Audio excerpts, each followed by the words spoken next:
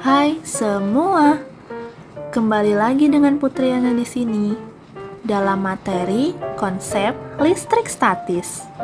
Topik yang akan kita pelajari hari ini adalah pengertian listrik statis. Yang kedua, jenis-jenis muatan listrik. Yang ketiga, interaksi antar muatan. Dan last but not least, kita akan membahas mengenai induksi pada muatan listrik. Yuk, langsung masuk ke materi pertama.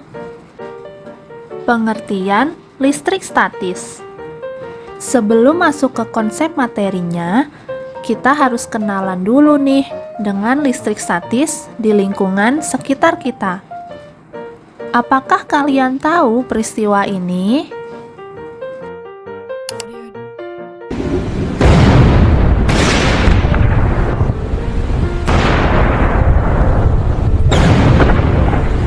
Nah, peristiwa terjadinya petir merupakan salah satu contoh adanya listrik statis di alam. Terus, apa sih listrik statis itu? Listrik statis merupakan kumpulan dari muatan listrik dalam jumlah yang tetap atau statis. Listrik statis juga dapat diartikan sebagai peristiwa ketidakseimbangan muatan listrik yang terjadi pada benda. Listrik statis terjadi akibat dari adanya fenomena perpindahan muatan listrik. Nah, ada lagi nih istilah baru. Apalagi itu muatan listrik? Ayo kita cari tahu.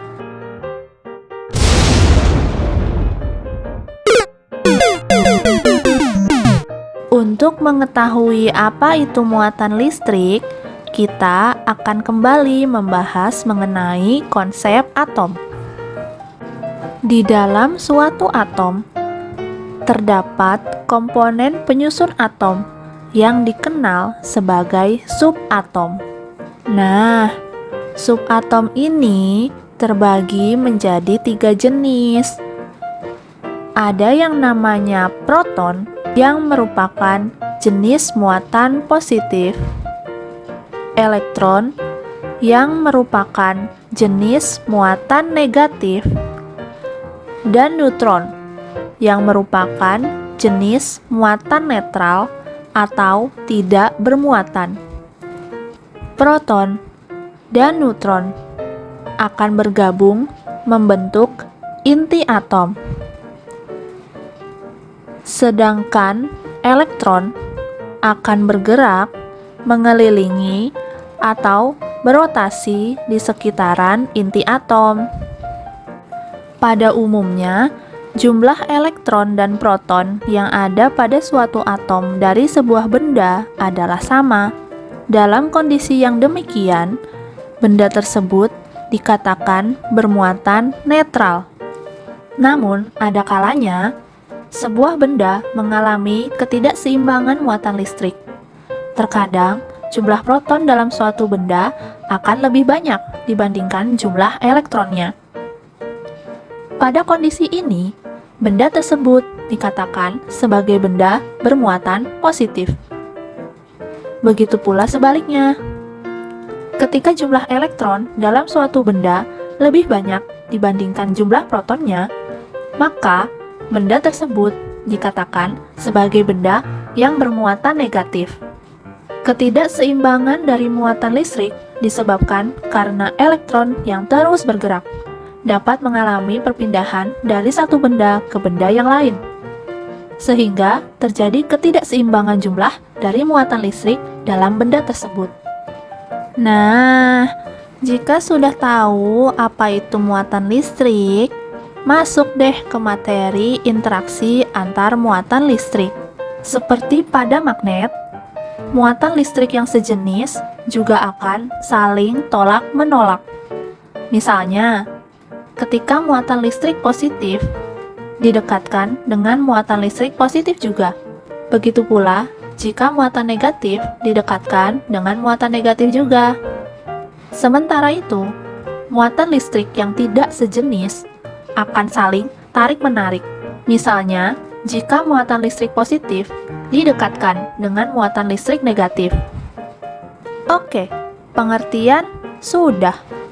Sudah tahu juga jenis-jenis muatan listrik dan interaksi yang terjadi di antara muatan. Sekarang, kita masuk ke materi induksi muatan listrik ya. Induksi muatan adalah proses memindahkan muatan listrik dari satu benda ke benda yang lain. Sebenarnya, terdapat dua cara induksi muatan listrik, yaitu dengan cara mendekatkan benda netral ke benda yang bermuatan listrik, atau dengan cara menggosokkan benda ke benda yang lain. Misalnya, penggaris plastik digosokkan ke rambut yang kering, atau kaca yang digosokkan dengan kain sutra. Kemudian muncul pertanyaan, kan yang berpindah itu elektron? Nah, elektron itu nanti akan pindah dari benda apa kemana ya?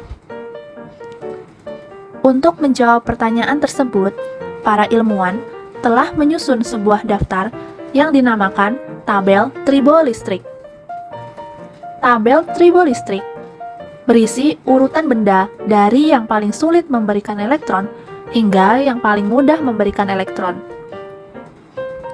Menurut tabel di layar, semakin besar nomor dari urutan benda, maka akan semakin mudah benda tersebut memberikan elektron yang dia miliki untuk benda lain.